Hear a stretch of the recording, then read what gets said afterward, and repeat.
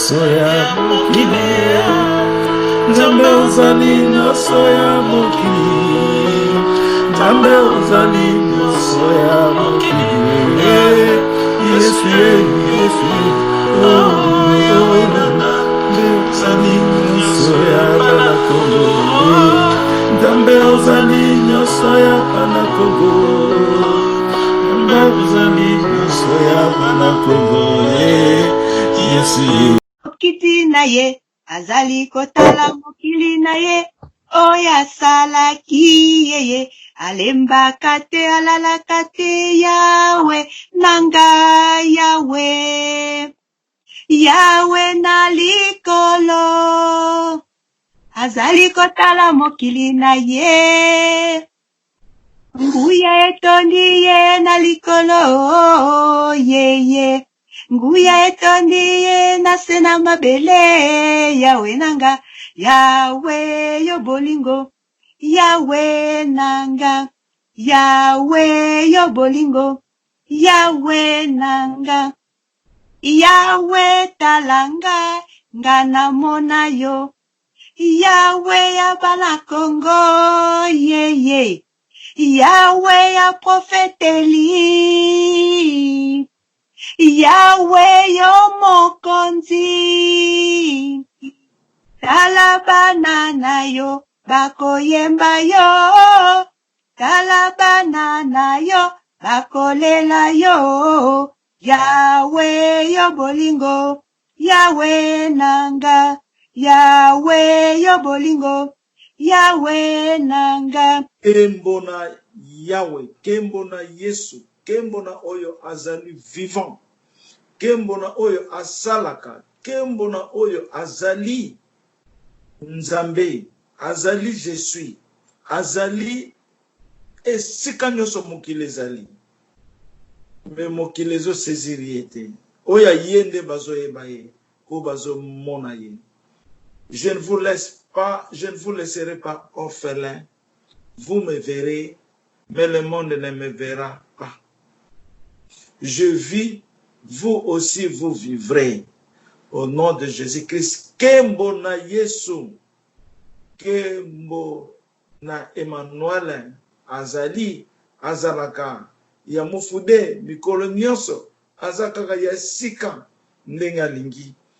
Azali Nzambe, mubikisi, kembo na likolo na gloria, pe kembo na mabele na gloria, Jésus-Christ, Emmanuel, Dieu vivant. Oyo azali na kati na ndako ya David, oyo ayeko salisa ndako ya David, akokisa vérité. Vérité ezala accompli. Il est l'accomplissement de la vérité. Il est l'exécution par la puissance de la parole, par la vérité. Au nom de celui qui est grand, au nom de celui qui est capable, au nom de celui qui est toujours existant, Dieu d'amour, Dieu parfait, Dieu subsistant. À toi que nous donnons toute notre concerne, toute notre personnalité. Il n'y a que toi qui es l'Esprit, au nom du Père, du Fils et du Saint-Esprit. Vive la puissance de Jésus-Christ sur la terre. Jésus est puissant, est fort, l'homme le plus fort du monde. Il est venu susciter toute la terre, afin que le royaume de Dieu soit libéré, afin que le royaume de David soit aujourd'hui exalté par le Seigneur Jésus-Christ de Nazareth. Seigneur, Père de gloire, il n'y a que toi qui es le plus glorieux dans le ciel et sur toute la terre. Seigneur, sois avec nous, ne nous laissez pas en distance. Fais de nous que nous demeurons toujours tes enfants chéris, tes enfants de ton cœur, tes enfants là où tu es, sous ton abri, sous tes ailes. Papa, nous t'aimons beaucoup, nous sommes de toi parce que tu es grand, tu es bon. Qui est bon comme toi? Nul. Au nom de Jésus-Christ de Nazareth, tu vois les choses cachées des hommes. Tu vois la mentalité cachée des hommes. Tu les connais. Tu vois ceux qui se trouvent dans la ténébrité. Tu vois parce que tu es la lumière. Tout ce qui se cache, tu les connais déjà. Tu les vois. Tu connais. Sonder le cœur. Tu connais, vois ce qui se trouve. Pourquoi? Parce que tu es le créateur. C'est toi qui as créé l'homme. C'est toi qui as créé le monde, le fondateur de toutes choses, le premier de toutes choses. Nous t'implorons ta grâce aujourd'hui, afin que ta grâce nous embrasse convenablement dans toute l'opportunité de la vie humaine, que nous devenons comme Emmanuel. Dieu juré à nous, avec nous, pour nous, tous les jours, dans la perpétuité. Il n'y a que toi, Seigneur. Tes enfants te cherchent. Il y en a beaucoup qui t'ont cherché dans de différents chemins, différentes situations, différentes circonstances. Ils te cherchent jusqu'à aujourd'hui. Et il y en a aussi qui font des aventures, à mentir les gens, à se mentir eux-mêmes. Ils ne savent pas que l'homme a été créé par la main de Dieu. Et la main de Dieu est là pour contrôler avec son œil puissant. L'homme doit s'abstenir. L'homme doit aimer. L'homme doit chercher. L'homme qui demande, il trouve. L'homme qui cherche, il trouve. Parce que Dieu est bon. La porte est ouverte au nom de Jésus-Christ de Nazareth. Kembona Yesu. Seigneur, nous pleurons tous les jours. Voilà ce qui se passe dans notre pays natal. Nous devrions rentrer dans notre pays. Certainement, nous devrons rentrer. La parole de la vérité nous a déjà vêtus. Un habit blanc, un symbole de retourner dans notre pays natal. Mais Seigneur, vois qu'est-ce qui se passe, Seigneur. Nous sommes présents. Nous sommes avec toi dans ton cœur, dans ton amour. Nous ne précipitons pas. Nous connaissons comment nous allons rentrer en nous. C'est dans la foi que nous connaissons. C'est dans l'amour que tu nous as donné que nous maintenons notre foi, que nous allons rentrer. Mais toi seul, tu connais comment nous allons rentrer.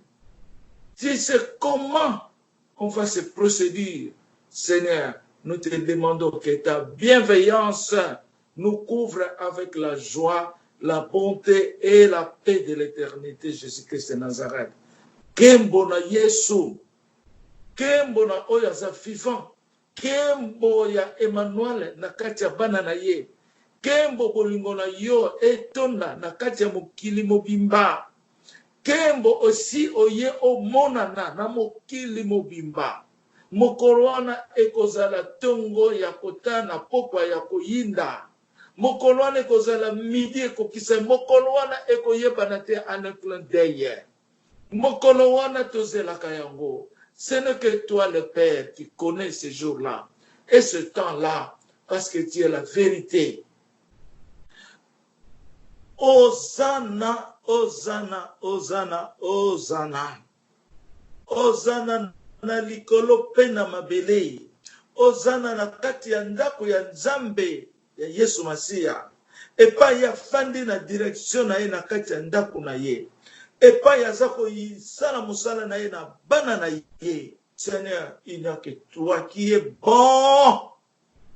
Je sens la bonté du nouveau monde millénium.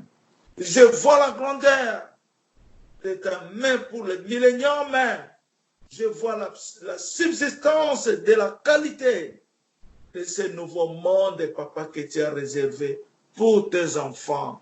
Parce que tu as aimé le monde, que tu as donné ton Fils Jésus-Christ. Alléluia. Quiconque avoir l'amour en Jésus-Christ est sauvé. Au nom de Jésus-Christ, Seigneur, nous avons le cœur que tu nous as fait porter. Nous possédons toutes les choses que tu as voulu que nous en avons. Mais c'est toi qui es le contrôleur. C'est toi qui guides la pensée de l'homme. Nous ne voulons pas que nous soyons guidés par nous-mêmes, mais nous voulons que tu nous conduises par toi seul, parce que tu es l'esprit qui vivifie la vérité, l'esprit qui donne la réalité et la destination de l'homme. Hosanna, Hosanna, Kembo na Yesu. Seigneur, libère tes enfants maintenant. Libère tes enfants par toutes les conditions de la vie. Qu'ils soient heureux aujourd'hui, heureuses. qu'ils deviennent comme le prince de la terre, les princesses. Au nom de Jésus, qu'ils deviennent les amoureux de Dieu qui adorent leur papa. Au nom de Jésus-Christ, Seigneur, libère-nous. Libère tes enfants aujourd'hui. Libérez les Congo. Libérez la mentalité, que nous ayons la mentalité de Christ Emmanuel. Alléluia. Kembo na Yesu. Libère tout le monde congolais afin que nous soyons dans ton abri, afin que nous vivons la puissance de la rivière de la vie, afin que nous ayons à tout notre environnement, toutes les choses que nous voulons, nous avons le pain de la vie. Seigneur, l'arbre de la vie, qui est notre soutien, qui est notre vérité, qui est notre toutes choses, Jésus-Christ Nazareth. Hosanna, Hosanna, ta parole est merveilleuse. Toutes tes choses sont merveilleuses. Porte les bontés de Dieu, porte l'amour de Dieu, porte toutes les qualités de Dieu, unique dans ce monde. Ni ne peut se mesurer en toi. Seigneur, libère, voie les yeux de tes enfants maintenant. Vois qu'est-ce qui se passe dans l'œil de tes enfants. Vois qu'est-ce que les enfants voient maintenant. Vois qu'est-ce qui se trouve là-dedans, leur vie, dans leurs yeux, dans leur bouche, dans leurs oreilles, dans leurs mains. Seigneur, libère-nous. Il n'y a que toi qui es capable de nous libérer, parce que tu es l'amour profond de notre vie. Libère-nous, papa, libère-nous. Libère-nous afin que ton nom soit glorifié. Ton nom, ta présence spirituelle nous soit donnée, la vie éternelle et la liberté, la délivrance, le succès, la paix, la joie. Faites-nous vivre par ta sagesse, ton intelligence. Faites-nous faire vivre par ta force et puissance, afin que nous soyons remplis de la possession de tout ce que tu nous as apporté. Les cadeaux que tu nous as apportés sont merveilleux pour nous, sont importants pour nous. C'est notre vie éternelle. Hosanna, Hosanna. Par la puissance de la croix, par l'autorité de la croix puissante, supprimée par ta parole, au nom de Jésus-Christ, que la gloire de Dieu nous enveloppe, nous protège, nous conduise jusqu'à notre destinée. Le Congo est déjà libéré par la promesse que tu nous as donnée, par tes bontés qui sont éternelles devant nous, ainsi que la grâce exceptionnelle. Au nom de Jésus-Christ que nous supplions aujourd'hui. Amen. Et l'oromoko et Robumba Mate, avant la fin du temps, et Kokisama. Et l'oromoko et Robumba Mate, révélation à Pesibino Yamona Lelo. Et l'oromoko et Robumba Mate, na nyonso oyo, eza oleka na kati na mukilo oyo. Et l'oromoko et Robumba Mate, nyonso Nzambe azomona yango. Azolieba yango. Na ya malamu, na ya mabe, ayebi, azomona tango nyonso. Nzambe azalaka mingi silence. Alobaka na ete, alobaka na plan na ye. O mutu akosala bo, soki alingi alobi, soki alingi tango baloba te. Me ayebi kotala biso. Na yango, Nzambe aza bolingo monene, azomona pasi na biso, azomona mawa na biso. Azomona kolela na biso, situation na biso azomona ngo. Abombeli biso bon cadeau. O tozoloba trésor. O ezali trésor ya libela, ekosilaka te. Mingi bakozanga yango. Posa yebi makambo eza na kati ya miso na bango. Oyo baza ba fidèle ya Nzambe, bakomona vérité oyo ye moko alobi. Eza trésor. Ezali Nzambe a récompensé biso déjà. asa apesi biso mapamboli, apesi biso ngolo tobengaka ngolo. Mais mutu na mutu akozulela ndenge plan ya Nzambe ezaleli.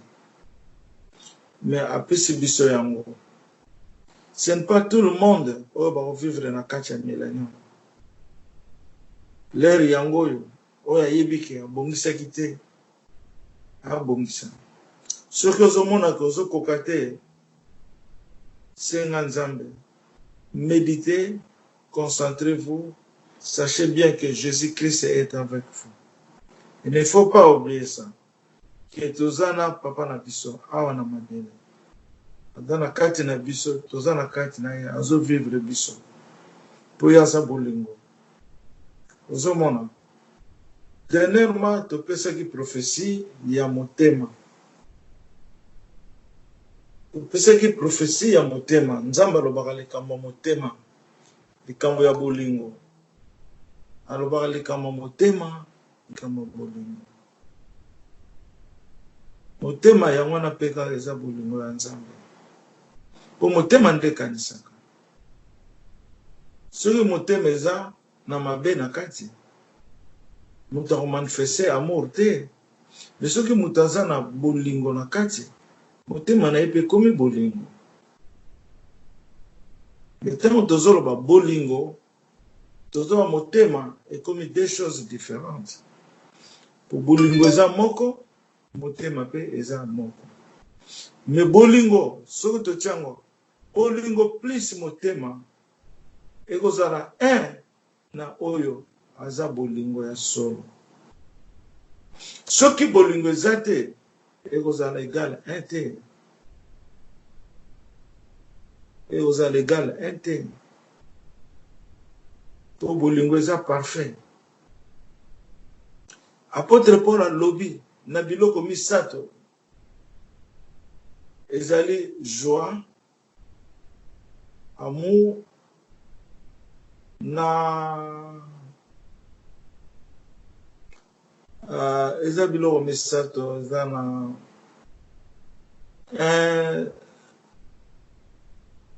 amour, joie, na paix. Peut-être eza loko mosusu na ngina lobala. Mais alobi na yango misato oyo ekozala na likolo, c'est l'amour. Ba titre ekozala na likolo te. Onga titre na ngabo na likolo ekozala te. Bolingo ya Nzambe ekomisi biso na niveau ya 6e ciel ekiti na mabele. 7e ciel etikali na likolo. Mais 6e ciel ekiti na mabele. Toko vivre yango na mabele oyo au nom de Jésus. Toko vivre yango pona bolingo ya Nzambe.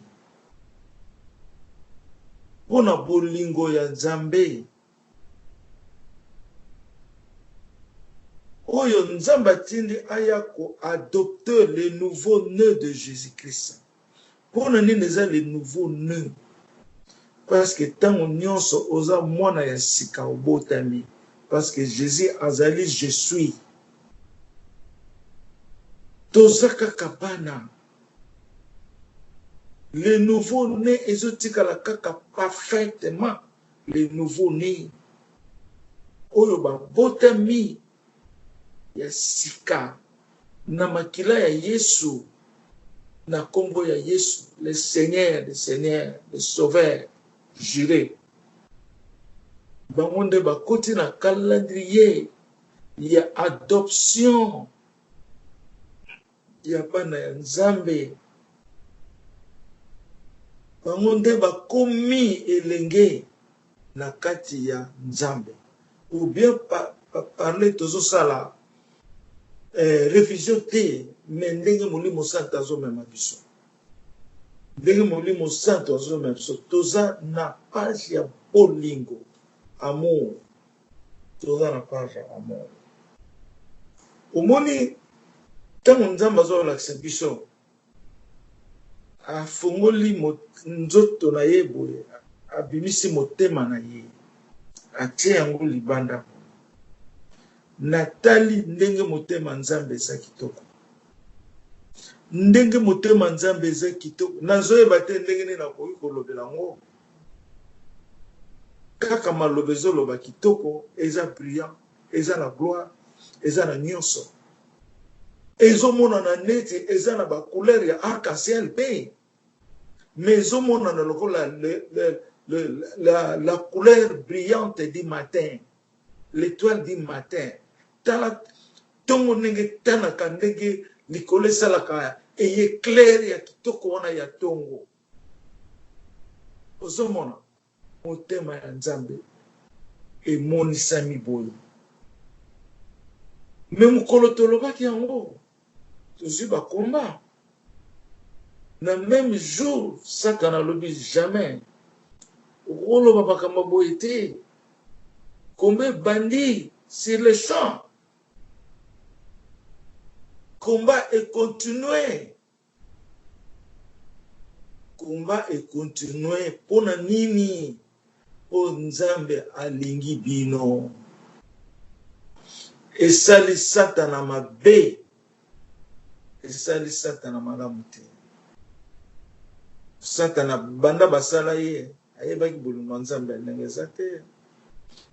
Me nzambe ayo kolakisa ngo na moto asali na mabele. Ayoki jalousie akoti na komba yuko kota na komba na motema ya nzambe ate uko kota na motema ya nzambe ndenge Satan yemo zo reconnaître Jésus-Christ as le plus haut et dans la Bible azo reconnaître ngo nzamba kokisa makambo na ye na temps Zoma. Tangu tomoni bolingo ya nzambe na motema na ye. Elinzeza na kati ya motema na bolingo ya nzambe.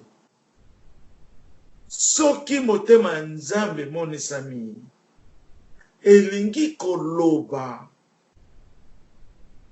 Israël ekomi accompli.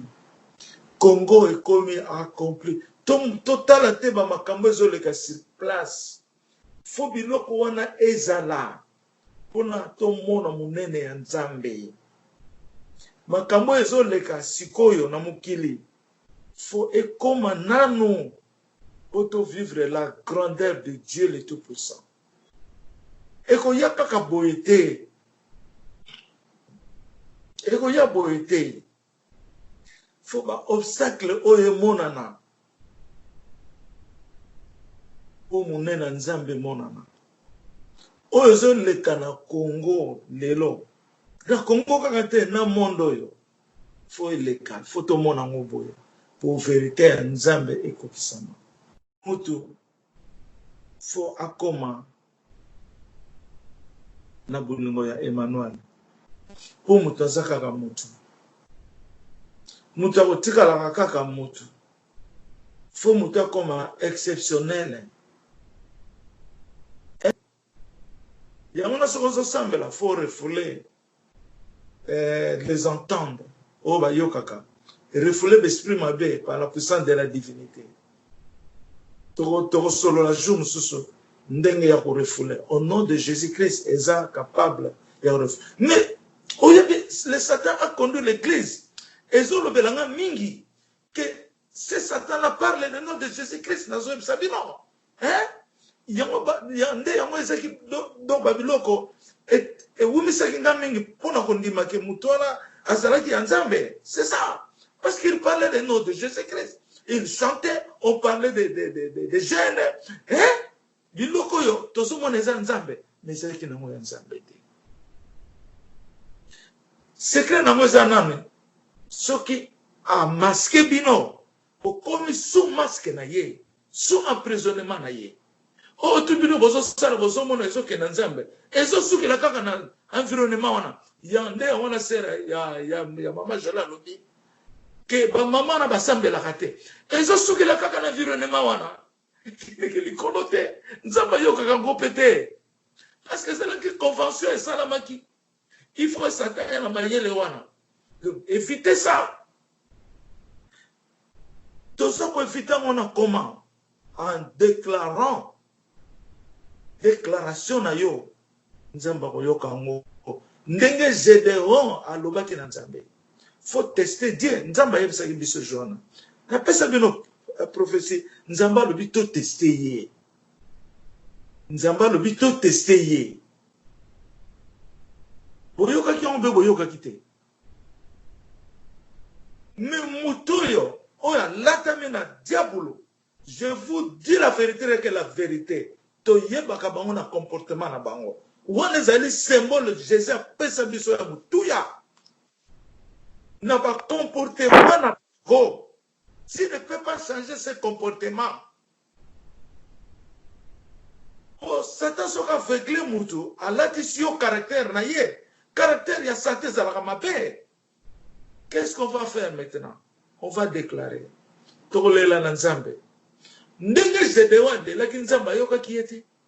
Nzamba atindaki nani prophète Ézéchiel. Asa la modèle ya kolakisa ndenge nini biso tokoki se plaindre devant Dieu pour nzamba yoka ba prière na biso. Eza na biloko musu yoko solola na nzambe na kati ya motema na yokaka. Personne n'entend ça. Parce que ton cœur est le temple de Jésus-Christ. Par Emmanuel pour bien parler. Le Saint-Esprit. Ozomona. Donc, naza kolakisa biso moko technique o ezali otokoya na mutambu ya Satana te. Yozo kanisa nzamba yokelaka nga, bandoto nazomona ke nzamba yokelaka nga. Mais or ke nzamba yokaka te. Nzamba sa unate po yo opesa Satan accès à enclaver yo. Ils sont de topesa ga ye accès à enclaver yo. Nga sena yebisa bino pona yeba ke makambo na lobaka ya nzambe ya likolo pe na mabele, hein? Na loba yango te pendant 3 ans. Nde na pesi yango na ba américain o baza na connaissance koleka nga na l'air wana. Ba tali ba vision na ngai ba koti na site. Ba komili nga mutu moko te ya oya komina ndenge na ye. Oya komina ndenge na ye. Pona tuna ki baninga na ngai. Na boy ko tuna ba congolais, pona ki ba congolais baza bana. Nazo ki réponse. Na yebi ke naza homme de Dieu. Mutu moko akolongola nga ngazate. Bino pe botunaka. Nzambe pa répondre ka bino. Soki totali bien. Nzambe alingi to continuer pour propager, pour partager le message de la vérité. Parce que il faut alliance ya Nzambe eko kisama pour Nzamba sana musana na ye. Eko kisama na royaume, eko kisama na batalibanda, o bayambi yango Nzamba kokisa alliance na ye, Nzamba déclenché.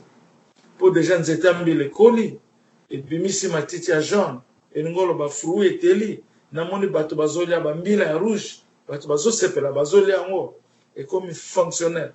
Ce que l'on est sur ça, tu es bien ça en un clin d'œil, mais il faut te comme ça, tu benga en un clin d'œil, et ya, en un clin d'œil, ya, tu fais dans le cas de boité.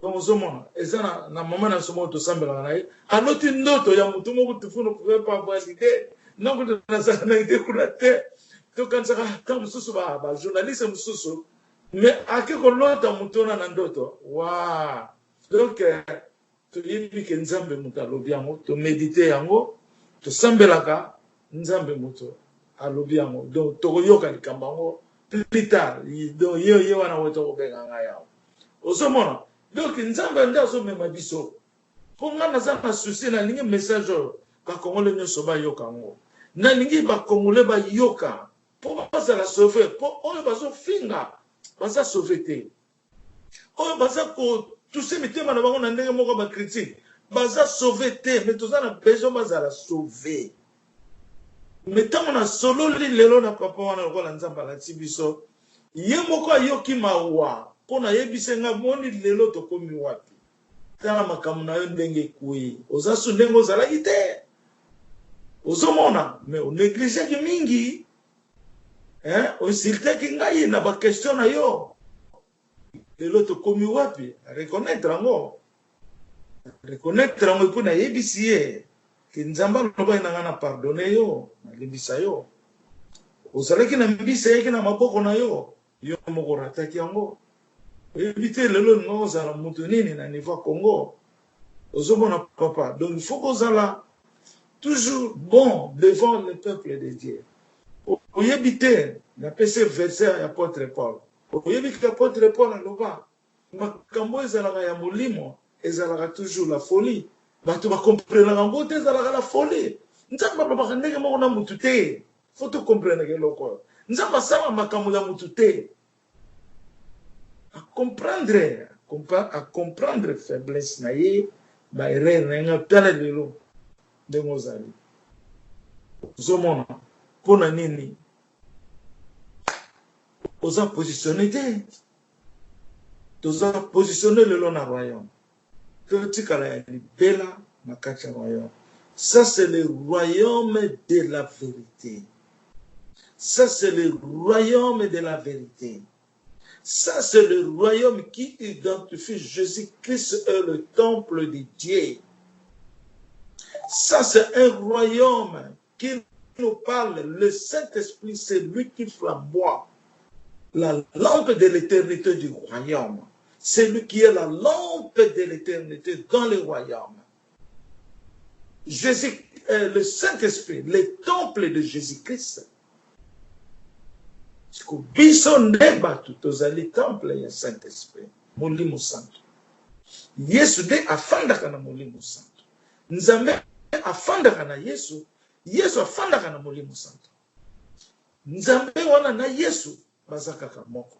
Yesu na Molimo Santo bazakaka moko. Ezali ordre hiérarchique ya Nzambe, le Dieu de la fonctionnalité. Yango na soko tozolba makambo yo. Eza toujours na sagesse. Eza na harmonie, eza na mélodie lokola mutazo ya manzembo. Mais vous ne comprenez pas. Quand vous entendez la Bible, vous connaissez que la parole de la Bible, c'est autre que nous parlons. Non. Et puis, la parole de la Bible est accomplie maintenant. La parole de la Bible est accomplie comment? Vous pouvez savoir verset dans le micro. Vous faites la micro. La parole de la Bible est accomplie comment? Vous pouvez savoir la réponse. Papa, Oui. la parole de la Bible est accomplie par Genèse 24. La parole de la Bible est accomplie par la Genèse 24. Elingolo kanini? Bible c'est kokisami. Emmanuel ayeli libiso version ya sika. Kaka na Bible me ya sika. Oyo tokobenga kango ezowuta na le livre d'or.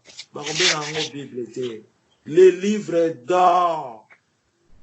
Na oyebi sabina ngombala boni. Est-ce que bino boyebi secret ni sezana nzambe? Est-ce que nzamba lobaka makambo na nyonso? Est-ce que nzamba azaka na secret? Yo mutuku tozaka na secret nzamba ozaka donc na secret? Hein? Comment tokoki kopesaka ba exemple? Mutazolo ba likambo bibisele ba verset ya Bible. Yo na ye bozaka nzela moko. Mabezate yo poza malamu et pas malamu. Comment tokende ko s'entretenir de la manière de la division? Likambona na sepeli na mwata mukete. Ezalaki combat pendant que ngana zo sepela gloire ya motema ya Nzambe.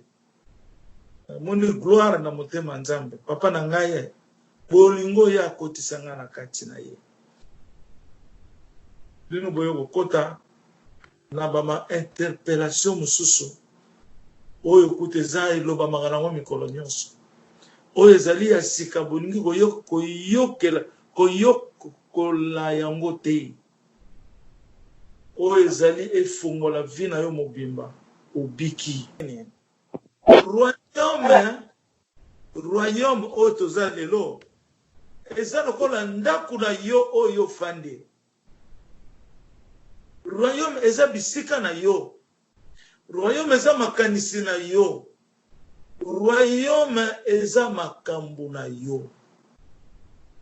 Donc pas yo fandi na ndako na yo makambo zo sala ata soko bimi oke musala ozo tambola eza makambo na yo na ndako na yo eza royaume na yo ozo vivre na kati ya ndako na yo ozo vivre na kati ya royaume. Amen. Amen. Pour la micro. Amen. Amen, papa. Amen. Amen.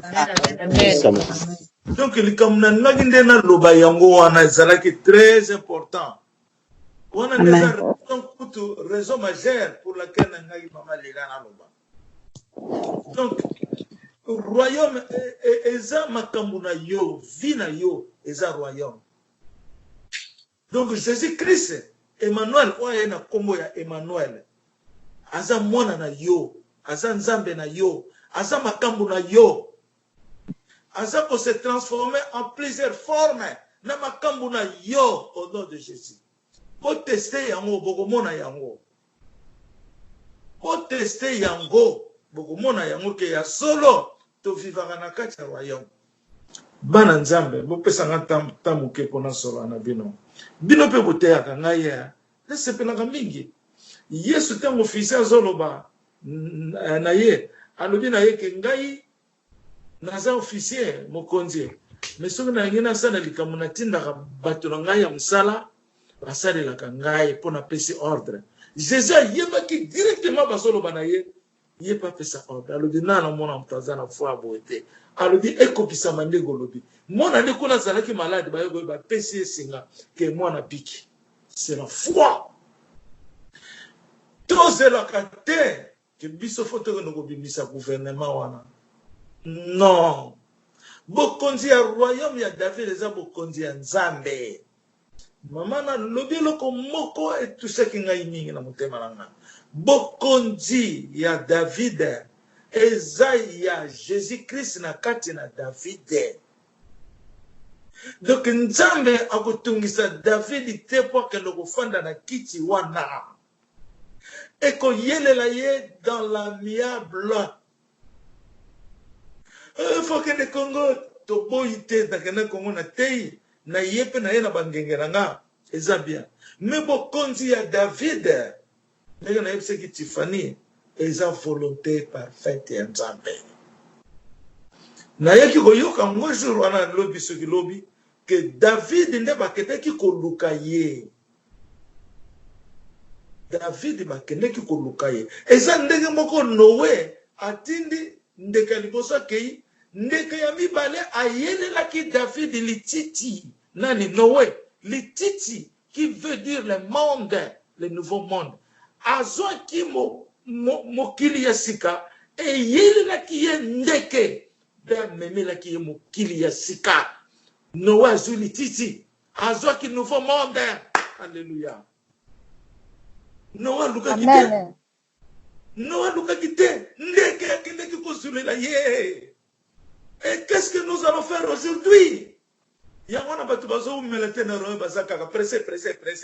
Makamongo uzalaka. Bokonzi ya Nzambe za ya Nzambe ya mutu te. Bokonzi ya Nzambe ezali seko na seko ya Nzambe. Eza trône ya mutu te. Quand Jésus me parle na fandisio na trône ya Jésus-Christ na mabele. Ozali mokoki sami. Yo kanisi ngana kende kolelaka na Nzambe na nga. Elonga na baka libérer ba Congolais. Passer le kimi. Pesa bango kimia. C'est ça que je prie. Na koloba na Nzambe te okonza ngoza mokolo nini? Eza journée. Peut-être kosambela ngo botika kosambela lokwana. Plan ya Nzambe kotika la plan Nzambe za ya mutu te. Tango na zwa enseignement wana natondaki bolingo. Bino pe bozote ya ngai. Sepelaki nango mingi. Sepelaki nango. Cela veut dire David tanga subo kondi. Nzambe abongiseli ye terrain. Ndenge abongiselaki Adam. Abongiseli terrain. Asali makambo nyonso. Baye kozwa ya kofanda na bokonzi na yo. Alléluia. Kembo na Yesu. Kembo na oyo aza vivant. Osana, Osana, na likolo na mabele gloria. Totonda kimia, totonda joie. Oya Jésus-Christ de Nazareth, mokonzi ya bakonzi. Nana kokozala lokola ye. Nana yebaka lokola ye. Nana prometaka lokola ye. Promesse na eza mokili ya solo. Au nom de Jésus, nazongisi liloba na papa Kikesa, tolobi amen.